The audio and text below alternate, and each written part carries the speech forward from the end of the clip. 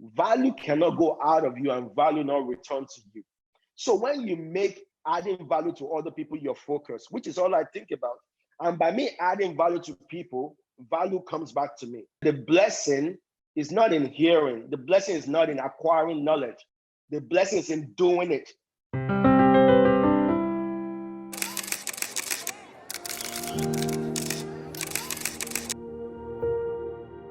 All right, but thank you everyone for being here. For wherever you're joining from, it's an honor for me to be here today. I really thank Aaron for bringing me over. It's like a big brother to me, of course. Aaron is one of those people that you watch when you were growing up in the UK. I used to live in Manchester as well.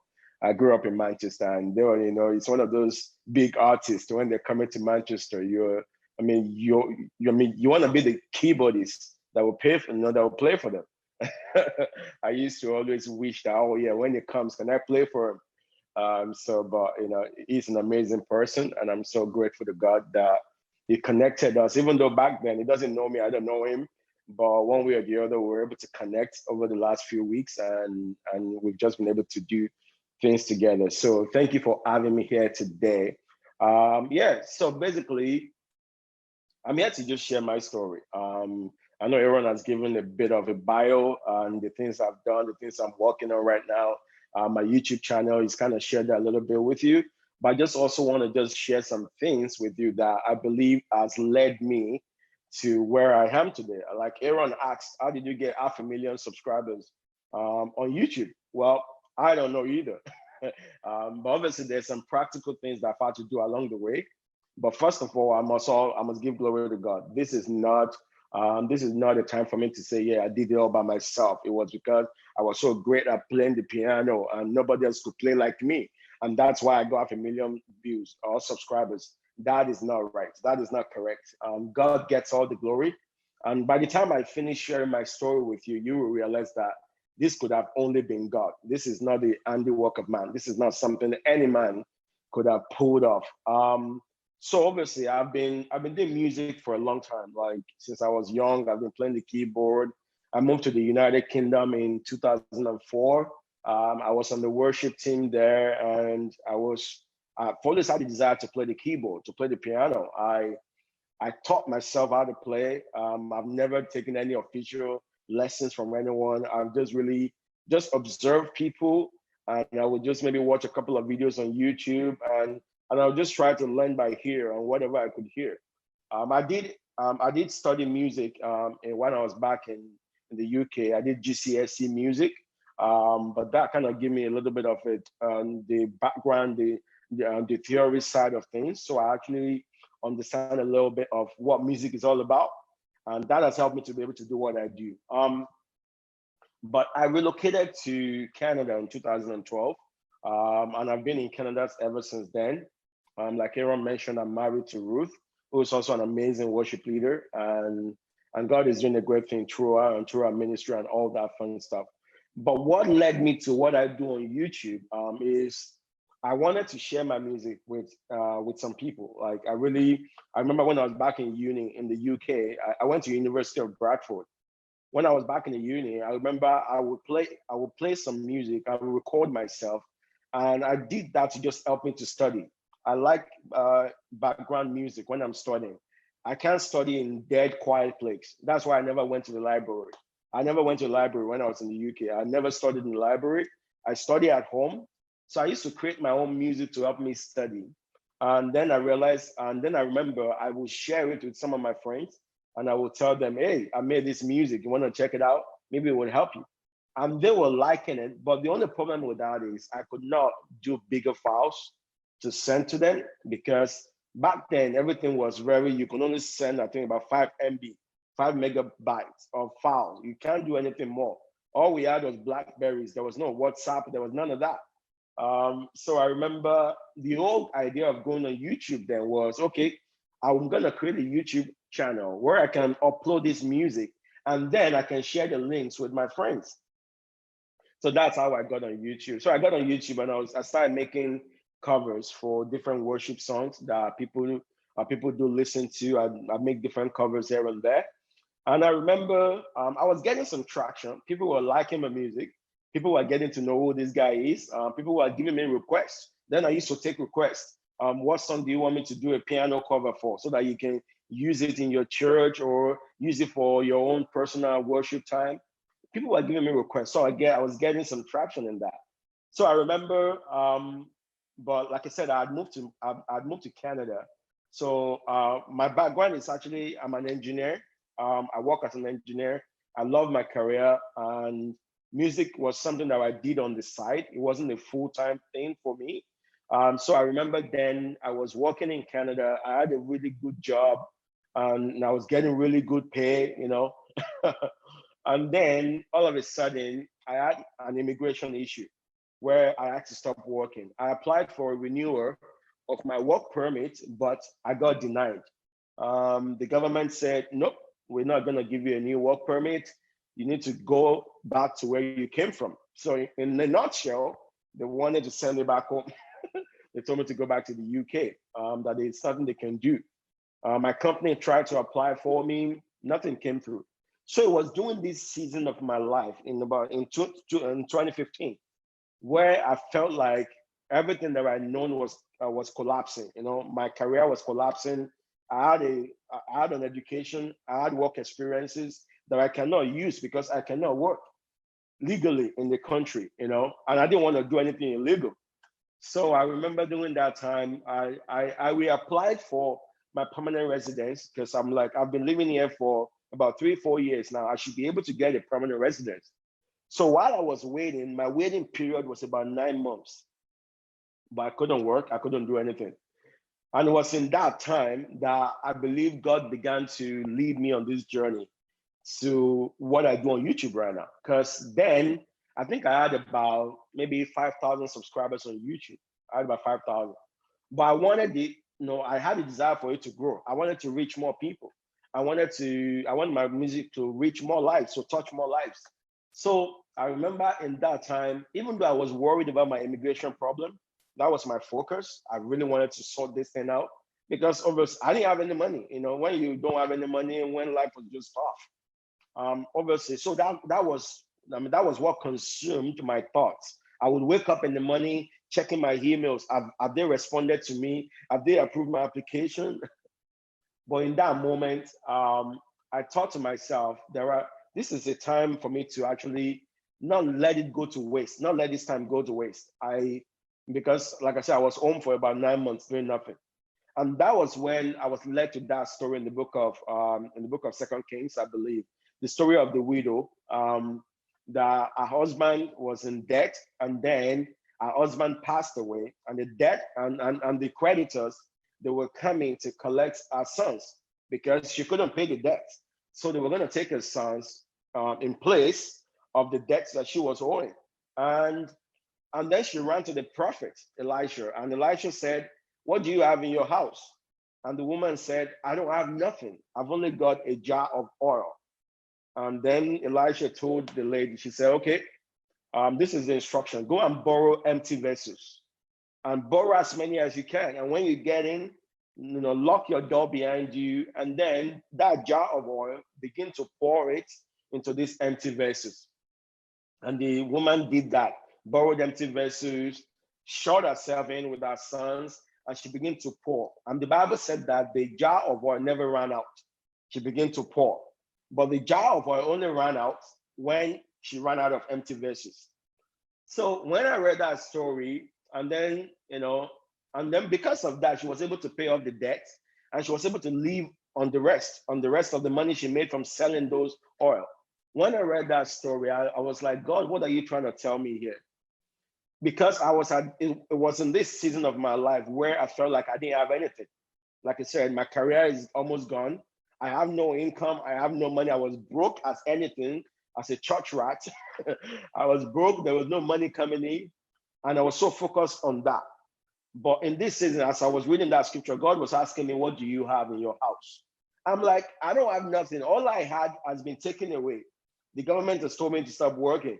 Excuse me. My work permit is gone. I cannot work. That's all I had. It's gone. My career, I have a certificate to prove that I studied engineering, but I can't use it to work. I've got all these experiences. And God said to me, what do you have?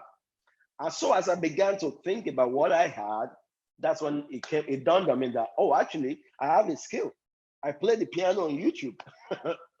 And that was when I began to now think of, okay, what can I do with what I have to prepare for what is to come? So that was how I began the journey of actually changing how I do what I do on YouTube. Prior to that, I used to just play covers. Now I felt like God was saying to me, you know what?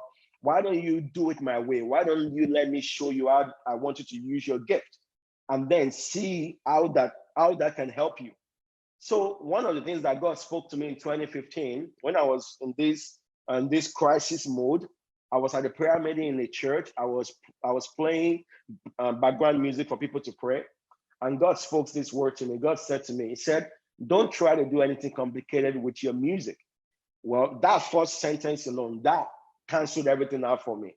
Like I said, coming from the UK, where I like to compete with my peers, is who can play the best, who can score the music the best, who is the best keyboardist in town.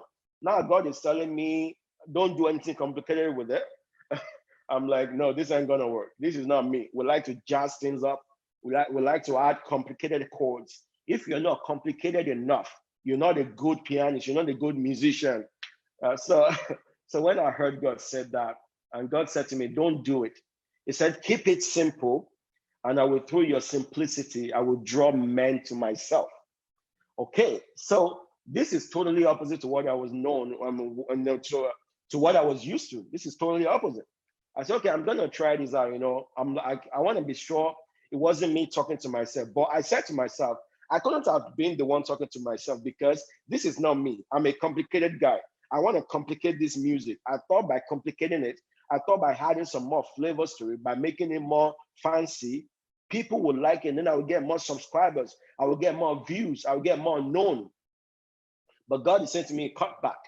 I want you to cut back. I want you to get out of the way so I can do what I got to do. So, and I remember I said I was going to try it out. So I went to the studio. Next time I recorded, I sat there. I said, God, I'm going to sit here and I'm going to just prove that what you had spoken to me was you speaking to me. It wasn't just me trying to make this up. So I sat there and I recorded for over an hour. I was just playing whatever song comes to my mind. And I just said, I'm just going to worship. So I sat there just worshiping, just playing different songs, worshiping. That's all I was doing for over an hour. And I remember when I got home, normally I would edit my tracks. I would take out all the mistakes, take out whatever I don't like. Oh, I didn't like that song. I shouldn't have played that there. So, but this time around, I said I wasn't going to do that. I said I really want to prove that God spoke to me. I want to be sure this was God.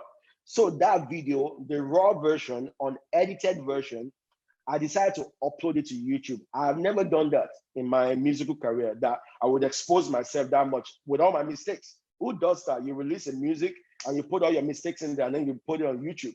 YouTube that anybody can access all over the world. But guess what happened? When I uploaded that video, that is what changed the trajectory for me. Within 3 months, that video got over 50,000 views within 3 months. At that time, all my views collected together from when I started YouTube is not even up to 50,000. And within 6 months, that video had over 100,000 views. And I'm like, what's going on here? And that is how the channel began to grow. That's how the channel began to grow. And by the end of 2016, I already had close to 100,000 subscribers. So remember, I said I had about 5,000. And then I went from there to 100,000. And then by 2017, I already reached 100,000. And then YouTube sent me a plaque saying, oh, you did a good job. Yeah, you crossed 100,000 subscribers. This only changed when I realized the jar of oil that I had, what I had in me. I was focused on the externals during this season of my life. I was focusing on everything that's out there. What can I do? How can I get my papers? How can I find a job? How can I find something to do to make money? But I had to reach deep inside of me. And then God had to show me how to use what I had. And then that began the journey. So now today, my channel had over 500,000 subscribers today. And it only began, the switch took place in 2015. So within 2015, so from 2015 to 2020, which is about 5 years now, we've gained over 400,000 subscribers on my channel. And I can only give that credit to God leading me on this journey. If I had not listened, if I had not paid attention to what I had inside of me, I wouldn't be here today. So when I shared, what I shared on the Thriving Summit that happened a few weeks back was speaking to creatives and to anyone that's watching me right now. Sometimes we're so focused on the externals. We think, oh, something is out there. But God is saying, take a look on the inside of you. One thing I've come to realize is everything that you need is all in there. When God created you, when God made you, He put it all in there. That thing that you are believing God for is going to come from using the thing that He has already given you. So what I was sharing then was to ask people, even as we're going through the pandemic and going through COVID-19, is to be looking for the opportunity that lies within this crisis. What do I have on the inside of me? How can I use what I have in this season to prepare for what is to come? A thought that came to my mind when I was thinking about what I'm going to share today was when Joseph was appointed as the prime minister of Egypt. And the Bible said that when Pharaoh had a dream, and he was struggling to find somebody to interpret the dream, the interpretation to the dream came from Joseph. And Joseph said that there's going to be 7 years of plenty, and then there's going to be 7 years of farming. But he said in the 7 years of plenty, make sure you save 20% of everything that comes in. Everything, save 20%. What Joseph was saying is use what you have in this season to plan for the next season. And some of us, sometimes we neglect what we have in the season that we're in right now. It doesn't matter if you're in the season of plenty or in the season of farming. There is something in this season that if you look deep into yourself, you will find what it is, and it will help you to prepare for what is to come. While this pandemic is going on, one thing that I know is, even though obviously everybody's been affected by what's going on in the world, but what I did in 2015 has prepared me for this pandemic. What I did in 2015 has prepared me for this. My music ministry is already online. I didn't have to now be struggling to get online. I didn't have to now be struggling to find subscribers. I already have an established base before the pandemic even happened. The pandemic only even made my music more useful, because now everybody is stuck at home. Everybody is forced to pray. Everybody is forced to worship.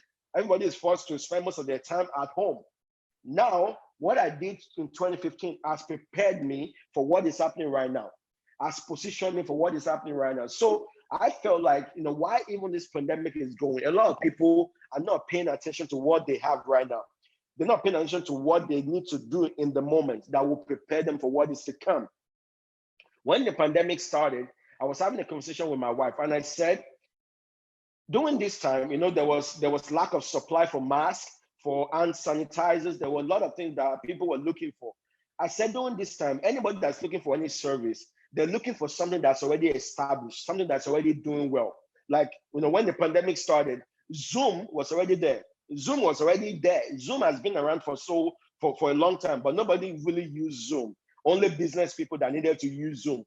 But when the pandemic started, Zoom's profit has gone crazy because they had something that they has proven has worked. And then when the pandemic started, everybody flocked to Zoom. Everybody was doing Zoom conference call. You're seeing me on Zoom right now. So the time we're in right now is the time to work on something that no matter what comes after this, even when the pandemic is over, you will be prepared for what is to come. I believe that's what I've done. I believe that's what God has helped me to do. So my channel getting to where it is today, that now, last time I checked, I think we're in about 86 countries of the world where people listen to my music. That's almost entirely the entire universe. And it only started because I recognized the little that I had. I recognized what God has put on the inside of me. And I used that period of crisis in 2015 to groom myself, to master my skills, to master my approach, to flesh out the idea, to pray about it, to let God help me on how to navigate this season. And that is what has set the foundation for me for what I do right now. So right now, everybody knows DappyTKeys, but back then, nobody knew I existed. In 2015, nobody knew me. But what I did back then, I'm reaping the reward right now. I'm reaping the reward. And it's not just about being known or being famous. That's not why I do what I do. That is become inevitable for me. And let me even say this. I've done zero advertisement on YouTube. I have never done a single advertisement on YouTube to advertise my channel, to do a shout out, to say, oh, please shout me out. I've never done none of that. I've never paid anyone to help my channel grow. I've never bought subscribers. These are organic growth. These are just people that came in contact with what I produce, and it changed their lives, and they just decide to share with their friends and family. Because the thing I've always understood is when you add value to people, when somebody has experienced what you bring to the table and they liked it, they will not keep it to themselves. They're going to tell somebody else. They will tell their brother, their cousin, their uncle. They will even tell their dog and their cats. People tell me they actually, people have sent me videos of their cats sleeping to my music, their dog falling asleep to my music. I'm like, come on. So that is how much what God is doing through me is helping so many people. But it began from a place of crisis, not from a place of abundance. Everything was good. It was that season when everything seems to be falling down. Everything seems to be crumbling down, that God allowed me to tap into what I had. And then has allowed it to grow to where it is today. Of course, there are practicalities. There are things I've had to do on the way. There are practicalities to how YouTube works, or what works on YouTube, what content works, what content doesn't work. But the bottom line is, even in this season, as you are getting ideas on what to do, ask yourself this question: who is this idea going to benefit? Who is this idea going to help? Because whatever you're doing, if it's not going to help anybody, well, I'm sorry, it's not going to go very far.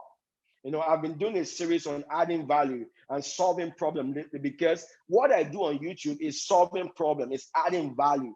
People need to relax. People need to meditate. People need to pray. And by the grace of God, I'm able to create that music to help them to do that. I'm adding value to people. And that is why I believe God has blessed what I do. I go through my week thinking of what content am I going to put out. I'm praying to God. I'm seeking the face of God. What content should I release that will help people go through this season? People are dealing with anxiety, with depression, with mental instability. Many things are going on. So while you're in this season and God is giving you ideas, or you are thinking about ideas, you need to start asking yourself, how would this help somebody out there? One thing I've understood is people will only buy into anything that will help their relationship, that will help their health, and they will put money in their pockets. So whatever idea you are considering, as long as you know that, is it going to help their relationship? Is it going to help people's health, their well-being? Is it going to put money in their pocket? If it's not going to do any of that, I'm not sure it's going to go very far. Zoom is adding value. I'm able to do this right now. We're streaming on Facebook. Some people are joining through Zoom because they're adding value to us. I'm not sure. I don't know how much Aaron had to pay for this, but you have to pay to use Zoom like this. You have to pay. You have to pay something to them because they added value to you. Value cannot go out of you and value not return to you. So when you make adding value to other people your focus, which is all I think about. I don't think about money on YouTube. Like, I didn't even know I could make money on YouTube. Like, when YouTube sent me my award for 100,000 subscribers, I didn't even know you could get an award. It was my colleague at work said, Tim, when you get to 100,000 subscribers, you're going to get a silver plaque. I didn't even know that existed. I wasn't doing it for the award. I wasn't doing it for the numbers. I wasn't doing it for the money. I didn't even know you could make money on YouTube. I just wanted to help somebody. I wanted to add value to somebody. I wanted to make somebody's life better. I wanted to make somebody's prayer time better. I wanted somebody to be able to meditate and relax. And by me adding value to people, value comes back to me. The reward comes back to me because all I think about is the people. So don't be so consumed with, I want to make money. How can I make money? I know, and I'm not trying to undermine whatever you're going through. I'm not trying to undermine your crisis, because I know this pandemic has hit a lot of us in different ways. And some people have lost their loved ones. Some people have lost their job. They don't even know where their income is going to come from. I understand. I'm not trying to belittle that. No, I'm just saying in this season, look deep into yourself and begin to ask yourself questions like, what do I have? What skills do I have? What giftings do I have? What education do I have? How can I use these things when I put them all together to add value to people? What can I create that will add value to people?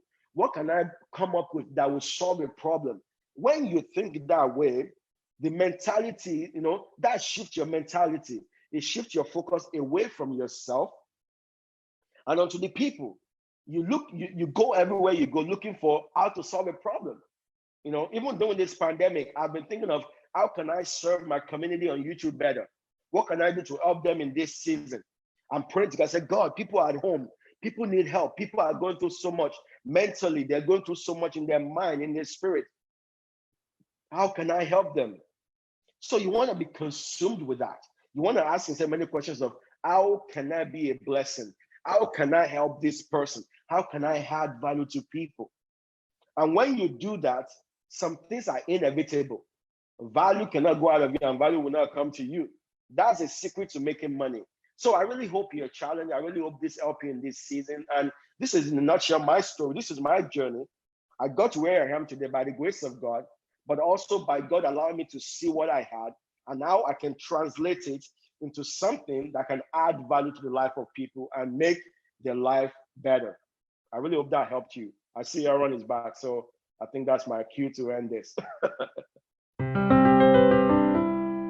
That's such an amazing story. So what you are telling us and one of the things I've picked up from your story this evening, and which I knew some of them already, was your singular act of obedience a few years ago is still paying for it. Yes. Just a few years ago, that singular act of obedience in time of crisis is still more than enough to take care of you in another crisis. Absolutely. Crisis. So can you just talk to everyone who is listening and just possibly just talk to us about the need to be obedient, the ability to hear from God, especially for those of us who believe in God, who want to serve God. Just quickly share on the need to be obedient, the importance of obedience, and how can people walk in their ability to hear from God. Yeah, and to be honest with you, thank you for that. I could not have shared my story without talking about my relationship with God, because and I know we have we have different people joining from different places, so I don't know where people are, in their walk with God, or if they're a believer or not. But some people believe in instinct, being guided by their instinct and being guided by their intuition, what they're feeling on the inside of them. But I've been one thing I work on daily is my ability to hear from God. Because one thing I know is even if the idea sounds stupid to everybody around me, as long as it's from God, I'm going to do it. And because I did a video a couple of weeks ago, and I was sharing with my community on YouTube. I said the blessing is not in hearing. The blessing is not in acquiring knowledge. It's not in knowing something. The blessing is in doing it.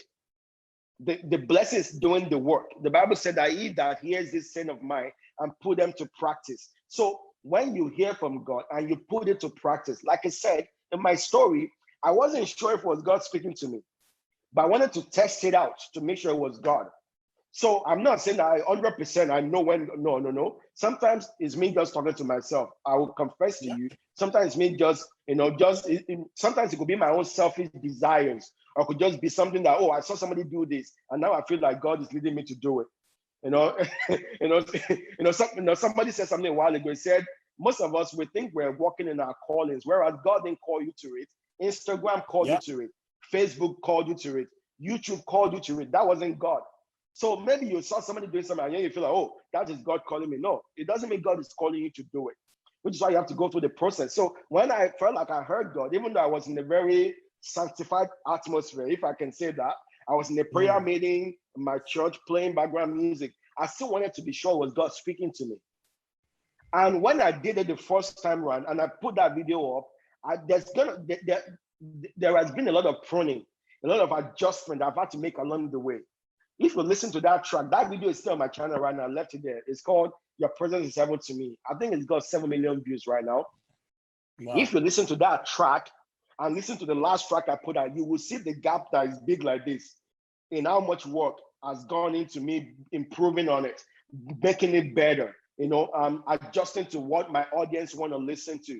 So there's a lot of process that I had to go into that, which is why first it begins with obeying God. Being able to hear from God first, working on your relationship with God. And once you've heard God, now you want to begin to do. Mary said to those people, when they were at the wedding at Canaan, Mary said to them, whatever I said to you, do it. Yep. So, and I think a lot of us, we have so much head knowledge, but we're not doing nothing with what we know.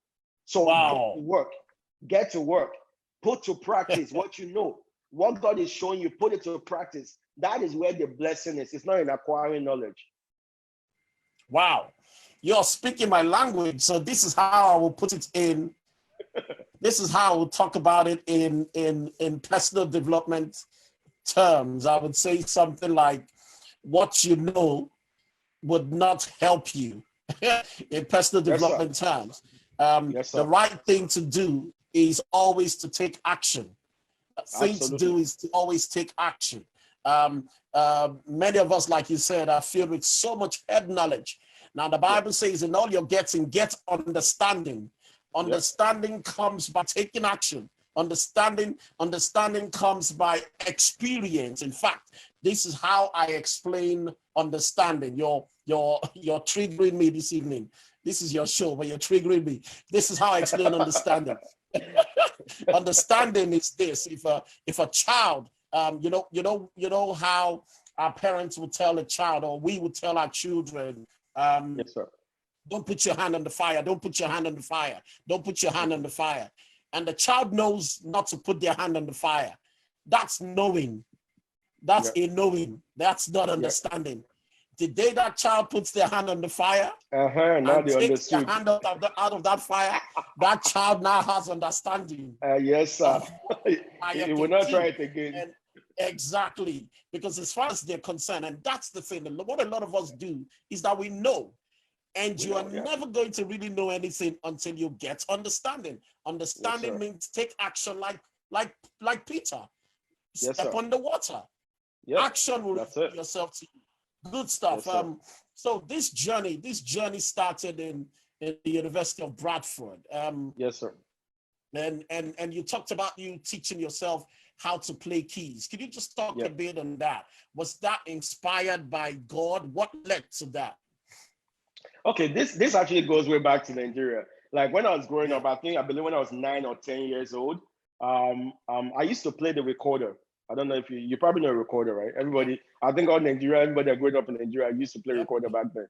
Anyway, they forced us to play recorder. Anyway, it wasn't like I wanted to, but it was one of the instruments that my parents had to buy for me based on the school's recommendation. So I used to play recorder, and I realized that I was pretty good at this thing. So I would be playing whatever song, any song. I used to be able to play these things, and I still have my recorder, actually, that same recorder. I still have it in my house right now. And I remember my mom realized that this guy likes to play recorder. So my mom bought me this little keyboard, like an octave and a half. It's not even a keyboard, it's just a toy. But it can make noise. It can play something. So I remember then, whatever I could play on the recorder, I would try to play it on the keyboard. And that was how the journey started. I remember then I wanted to take lessons, and I would there was one guy in my church that was really good at it. That guy would tell me to come for practice, but he would never show up. So I just left him to himself. But one thing I realized is I feel like God helped me, because I realized that whenever I looked at somebody, if I watch you or if I hear something, I can reproduce it. I think that was one of my gifts. God has given me good ears, so I can hear something and reproduce it. So obviously it comes to a lot of practice. I remember when I moved to the UK in 2004, I remember I was struggling. Like there were days where I was crying on the keyboard just because I could hear the melody in my head. I just couldn't put it to my fingers. My fingers were stuck. They were not flexible. They were not just moving. I remember crying on the keyboard, like, God help me, all those kind of sobbing. But with practice and with the grace of God, and because the more I do, I fell in love with the keyboard. I really wanted to learn. So I would, when guest artists like you people, these London people, when you come to Manchester, when you bring your crazy band from Manchester, and then they'll come and make us look like we're children in Manchester. Anyway, when they come, I will usually stand next to whatever keyboardist is playing, either with you or with Uncle Muyiwa or whoever is coming from London. I will go and stand next to them and be watching their fingers like, what are you doing there? This just doesn't make sense. But I believe I've learned a lot by imitation, by observation, by just watching people. But God has really helped me to get through that. Yeah. So it's obvious that the hand of God is upon your life, because I mean everybody plays keyboard. Everybody, Yes, sir. everybody is I mean, every keyboardist would call themselves anointed. Can you talk to us about the place of your personal sacrifice, or the place of your altar, and where do you think that switch happened? I know about the obedience, but obviously you've had to do something to be able to maintain that level of frequency and consecration with God, such that the oil, I mean, one of your YouTube videos has 6 million views. You're not Sinach, mate. How is that happening? Actually, the one with the most has got 15 million views. This is one of them, guys. Yeah. Actually, okay, so let me answer that. So when I said in 2015 that God gave me that instruction that said, don't do anything complicated with your music, keep it simple, and I will, through your simplicity, draw people to myself. That was the old instruction, is don't complicate it, keep it simple. I, God, will now draw people to myself. So from that moment on, I knew that me playing was not to draw people to me. So I'm supposed to play in a way that would draw people to God Himself. So, and I remember that, you know, in 2005, before I left the UK, I had an encounter with God. I was studying the book of 1 Samuel chapter 16 about David, when David would play, and Saul when he was being tormented by the evil spirit. And David, by just playing, would make that evil spirit go away. And I said to God, while I was reading that, I said, God, I desire this. I said to God, I said, I want to play in such a way that things like this will take place in the life of people. I don't want to play for people to just hype me up and just clap, hey, that was great, and shout. I wanted people to have an experience of God, an encounter with God when they listen to me. So when God began taking me on this journey, God responded. God said to me, God said, you know, well, you want what's on David's life? Well, it's going to come at a price. So and some of the price, so from that day on, I couldn't do what I used to do anymore. A life of consecration. There are places I will never go. There are songs I will never listen to. There are places I will never play at. And maintaining a life of prayer, let me tell you this, sir, with all humility, I do more praying than I do more playing. And that is because of what I've said this to myself, and I'm not trying to be humble. I said to people, I said, there is nothing special about my music. This is the simplest music any beginner keyboardist can play what I play. I said what is different is the presence of God. And I know that for myself, I know that for me to be able to continue to walk in that anointing, I got to prioritize my prayer life, my walk life with God, my studying of the Word of God. So I do more of those things, even more than what I do on my recordings. You know, before I even record the music, I would have spent hours and hours in prayers before I even get to that. And it's not because I'm trying to be spiritual, it's just because I know that I need God to anoint this thing, because it's only the sound of heaven that will break the yoke of the earth. Nothing else will change people's lives. I don't want people to just have a good experience. Oh, that was good music. And the testimonies that I've received is a testament to the power of God. So I think for me, for any musician that you're out there, prioritize your walk with God. God said this thing to me. Let me say this before I run this up. God said to me about 2 years ago, He said, I'm more interested in the instrument that you become than the instrument that you play on. God said to me, I want to play through you. So you need to become the instrument that I can play through first before you can play anything that will bless anybody's lives. So that made me to have to work on myself, consecrate myself, and get to a point that first I'm an acceptable instrument unto God. Like the Bible said in the book of Romans 12:2, it said, do not be conformed to this world. It said, offer your body as a living sacrifice, holy and acceptable to God, which is your reasonable act of worship. So I believe as musicians, our first responsibility as worship leader is first we are the instrument that God can walk through before we focus on the instrument that we play on. Of course, I've had to master my skills. I've had to perfect my craft. But ultimately, I place more priority on becoming that instrument that whenever, anywhere in the world, whenever God needs somebody to play through, that God will find me available. Yeah. Good stuff. So, it's it's obvious that you spend time in the place of worship. It's obvious that you spend time in the place of prayer. It's obvious that you spend time in the place of the study of the word. Do you have a routine, a daily routine? And if you could share that routine, and then I will come back to the second part of the question. As a worship leader, for me as a worship leader, one of the challenges I have is, and it's always caused a lot of problems, I find it difficult to find anointed instrumentalists. I find very good instrumentalists, but not many, and this may just lose a lot of people. What we're talking about now, we're talking a lot about music, and we're going to talk money and all that. But for me, not many musicians, especially keyboard players, can create that atmosphere, and you understand what I mean. And for me, it's a big struggle. So just in case there are instrumentalists listening, how have you trained yourself to be able to constantly get into that presence and create that atmosphere that we're now seeing is bringing healings to people and making the job of the worship leaders or people in their homes and people getting into that presence of God? Yeah. So let me just say this: our role as worship leaders, as musicians, as wherever you may be in the music ministry, our role is not just to minister to the people of God. Actually, according to the book of Deuteronomy, I believe chapter 10, verse 8, it could be 8 verse 10 or 10 verse 8, whichever way it goes. But it's actually talking about the three roles of the Levites. And it says, number one, they are the people, they're the carrier of the ark. They're the people that actually, they carry the presence of God, right? They carry the ark.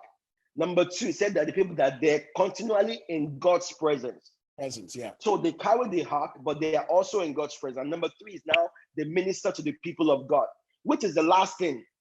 One thing I've come to realize is we place so much emphasis on ministering to the people of God and forgetting that we need to be, first of all, be the bearer of the presence of God, carrier of his presence, and be the people that actually live in the presence of God. So if you want to talk about my routine is I want to be found anytime, any day, anywhere in the presence of God. It doesn't mean I don't go to work. It doesn't mean I'm praying aloud, I'm speaking in tongues 24 hours a day. But I'm consciously creating an atmosphere around me that causes me to acknowledge God. I can burst into worship wherever I am. I don't even need my instrument to worship. My instrument is just an expression. It's a way of me expressing what I do privately with God. So my routine is, first I try to spend at least 1 hour a day in prayer. I try. Sometimes, if I'm too physically exhausted and I can't do it, but I still make sure I show up at least. And that is just me spending time with God. But throughout my day, I create minutes here and there, 15 minutes of just being in silence, or even playing my instrument or something, listening to worship music. I was out today. I was trying to get something done. I was on the queue for 2 hours.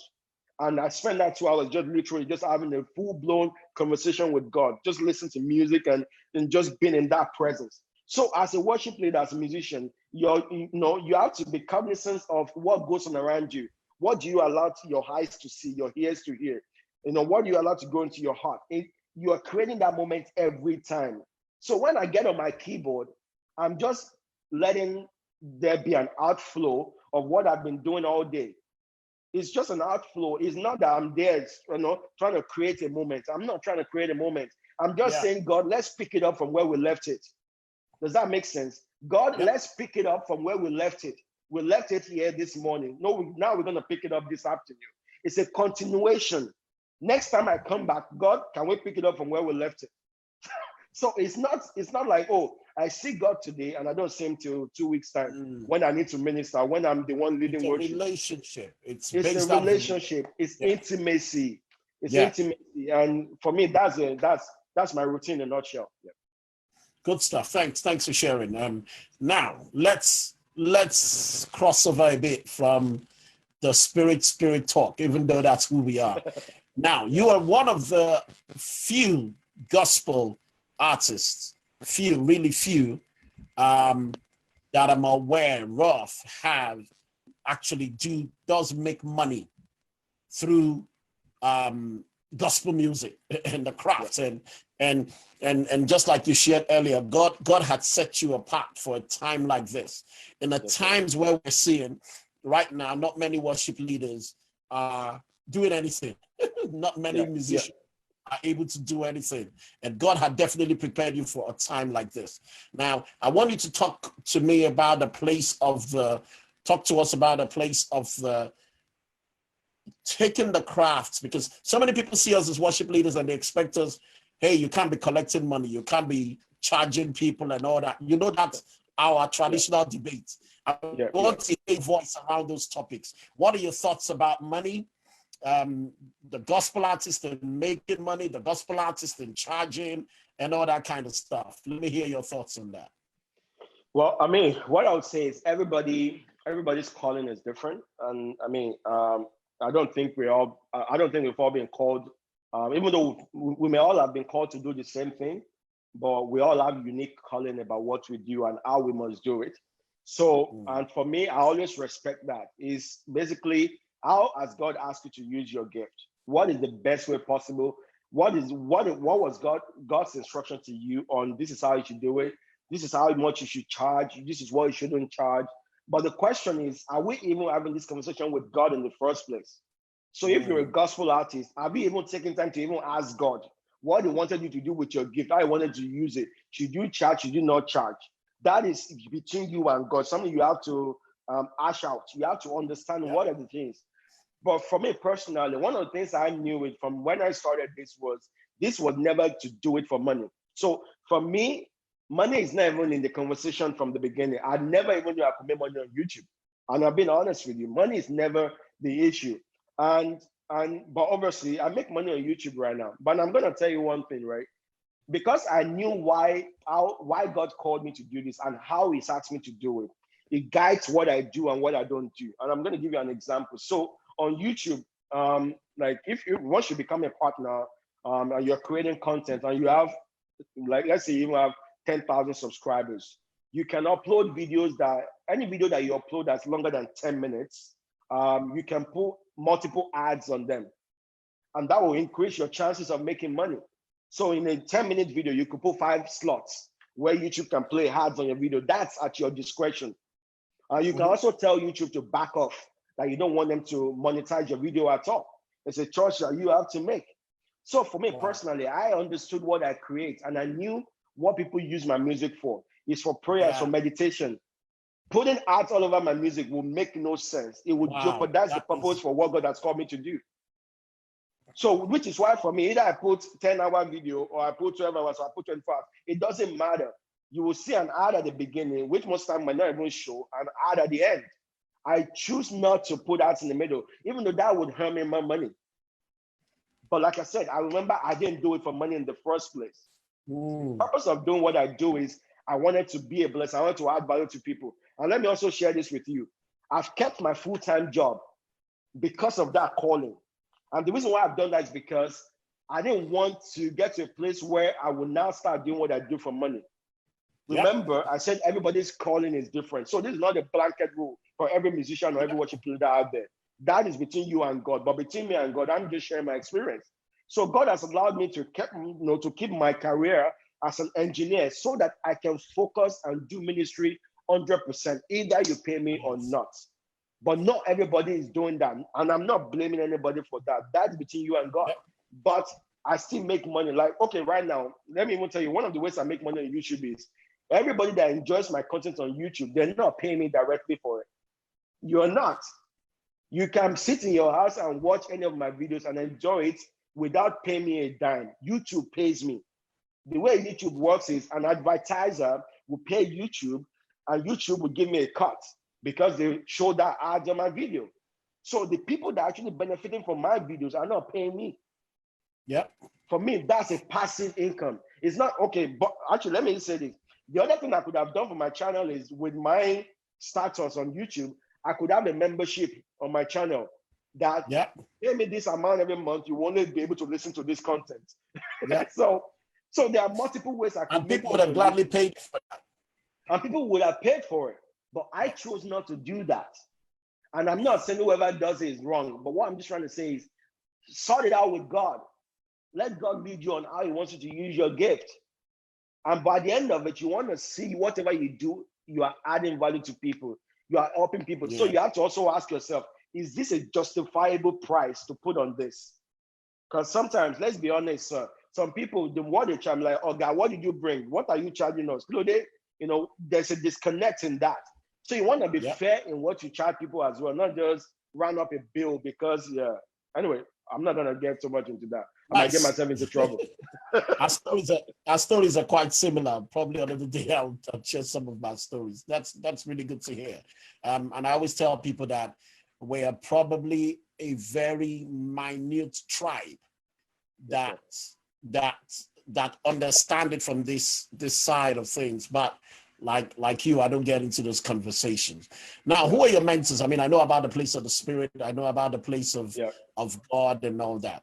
Who are the people you look up to, and what's your take on mentoring? Who are the people you look up to, and who are the people that look up to you? Well, so I'm passionate about worship music. Like that's like my life. But I'm also passionate about leadership.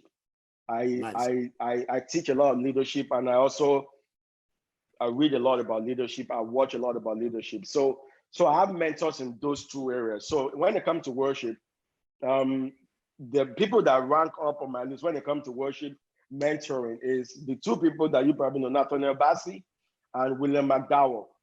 Those two human beings, I believe they carry something for this generation. And every time I've gotten to listen or be under their ministry, I knew there is something.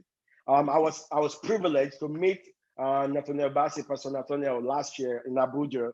I was invited to the same conference as his, and he was able to pray for me. We spent some time together. So, and also, obviously, because I'm close to North America, I've been to Pastor William McDowell's church about 3 times now.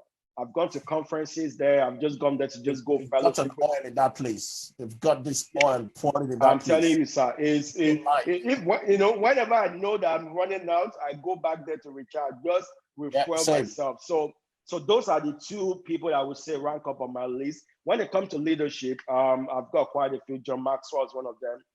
Pastor Sam Adeyemi is a good role model to me. Pastor Sam Oye in Nigeria as well.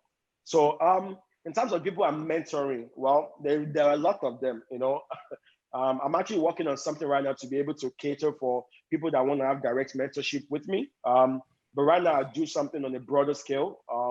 I try to stay in touch. They ask me questions. They send me videos of what they're working on. But I'm working on something that will streamline that and just give me that personal touch, or maybe like a once a month kind of get to be with them kind of thing. Yeah. All right, let me go back to Buddy. Why do you think musicians are struggling? I was going to say with getting paid, but it's not about. Why do you think they struggle with making a living from their calling, or from their gift? I think the answer to your question is actually in that word calling. So how many believe they've been called to do this, right? And I think that's one. Understanding, you need to know, am I just an artist? Or have I been called to do this? Am I just a musician, or have I been called to do this? Is it just because I have the gift, I know how to play, and I'm just going to jam wherever I can, and I'm going to go to sharing, I'm just going to make money? Or have I been called to do it? Because those are two things that they're very separate. They're different from each other. So I feel like most musicians have not truly identified where they fall into. Yeah. And you can't, because when this is a calling to you, there are some things you will not do. There's some places you will not go. I can tell you that for a fact.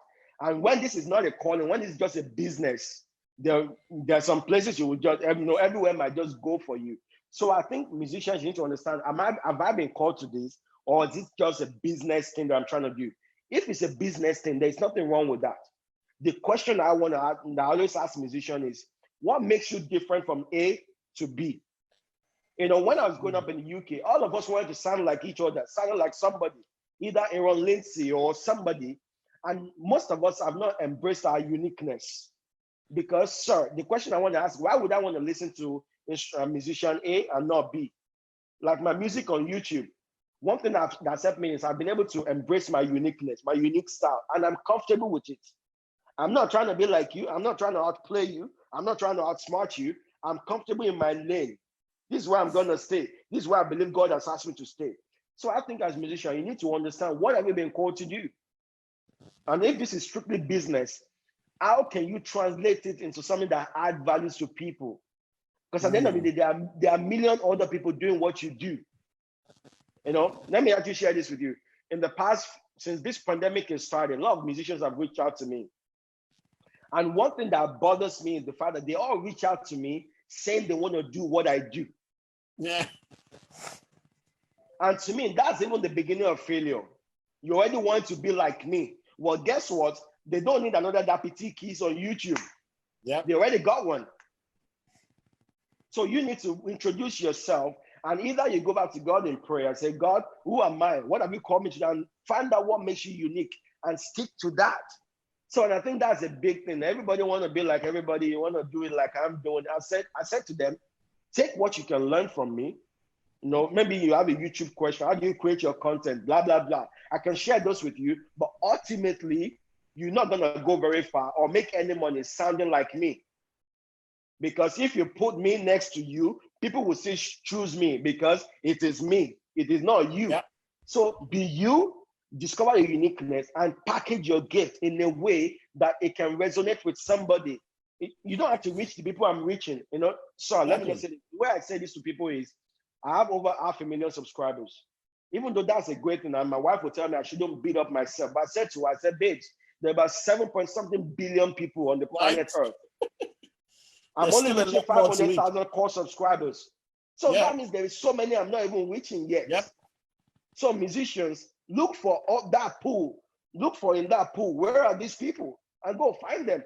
And then begin to serve them your gifts. And they will reward you for it. That's what I would say. You know, it's what you said is so true. I teach around abundance, especially with my coaching clients, and I tell them how it's so myopic to think of God as so restricting. So DappyT has 500,000 subscribers, and then all of us now think, let's go and get DappyT's 500,000 subscribers from the same place those subscribers came from.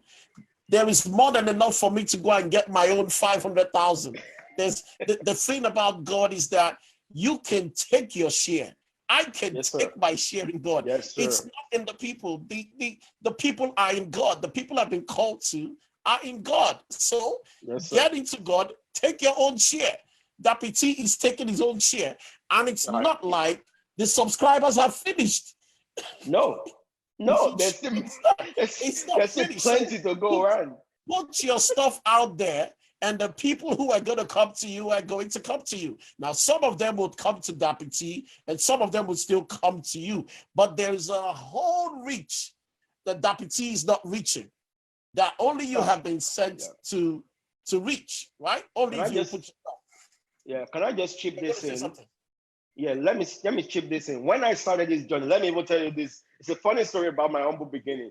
Everybody around me, all the Black communities, all my Nigerian friends, I was begging them to subscribe to my music, to go and watch my videos, begging, proper begging.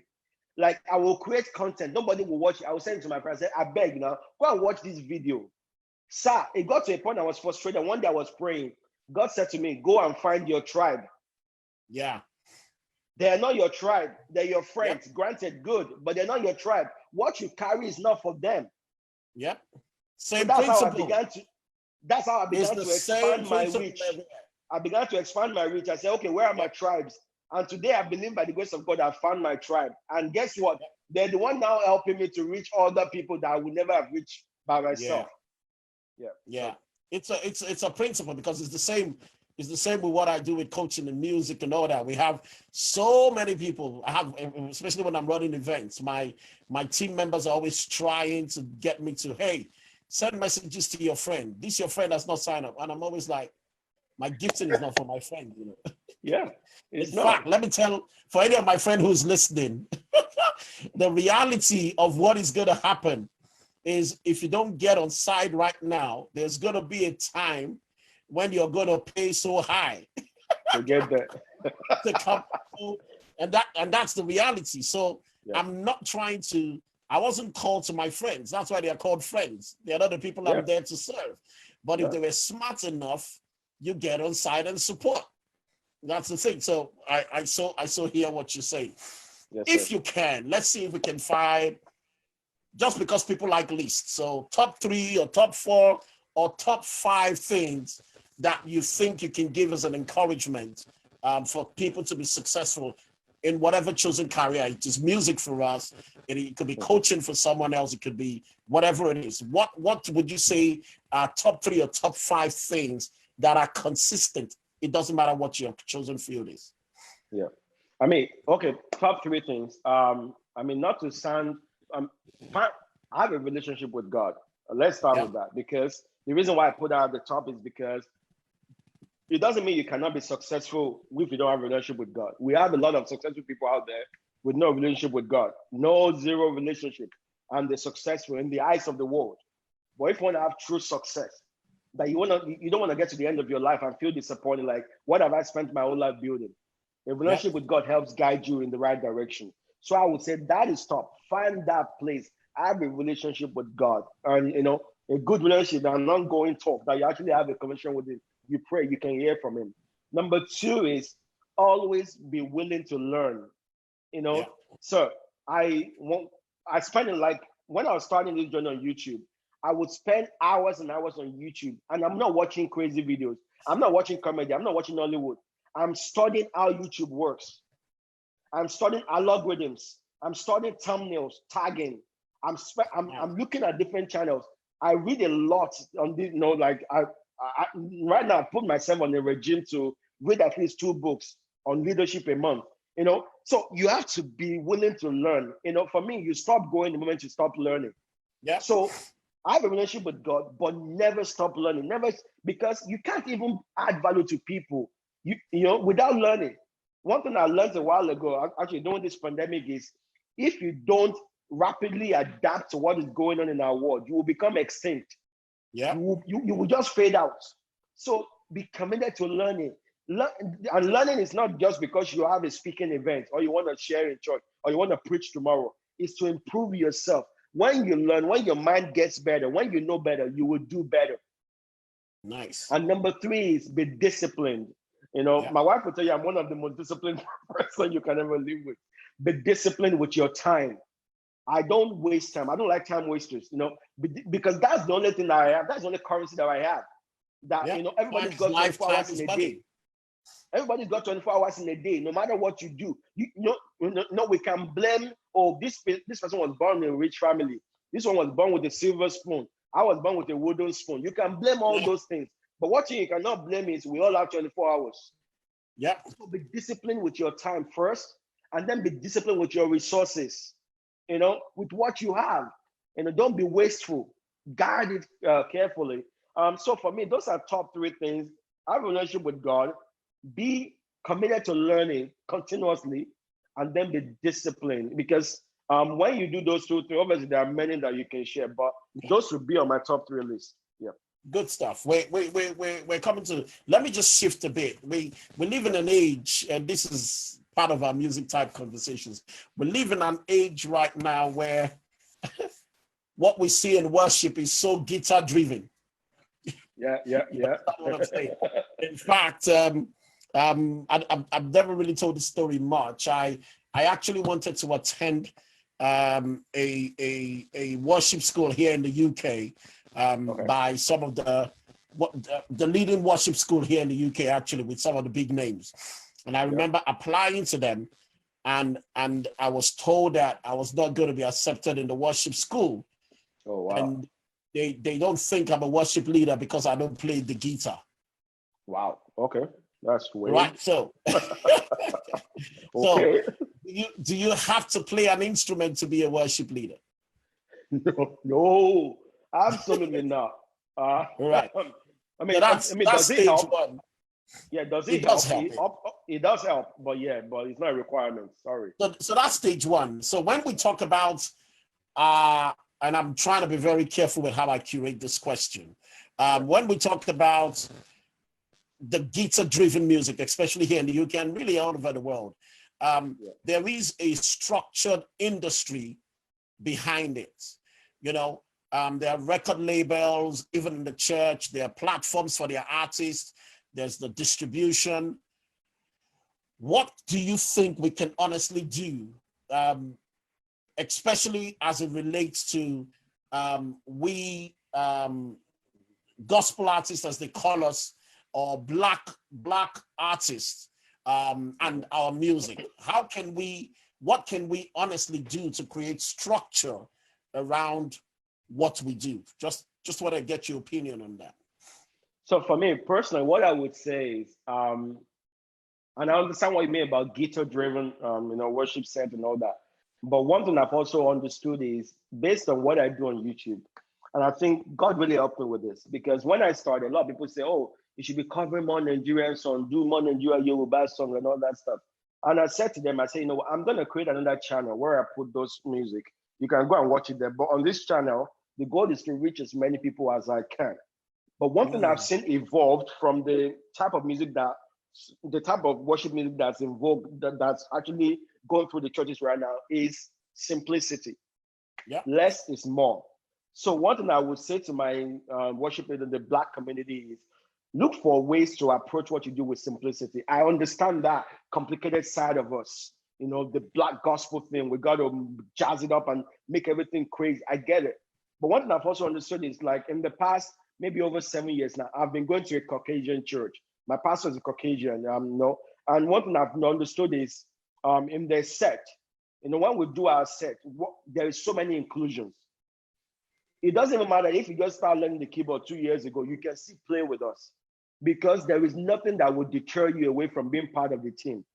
I remember when I was going back in the UK, you would spend sleepless night trying to score one praise and worship song, scoring one song. So, but that has changed right now. For me, if you want your song to reach and to get more and to reach more people, approach it from a simplicity standpoint. Also work on how we write our lyrics. One thing I've noticed is, we Nigerians, we will say it the way it is. The Lord is fire, and we'll put that in the lyrics, like the Lord is fire, and somebody will hear the Lord is fire, and that will even freak them and say, which one is the Lord is fire?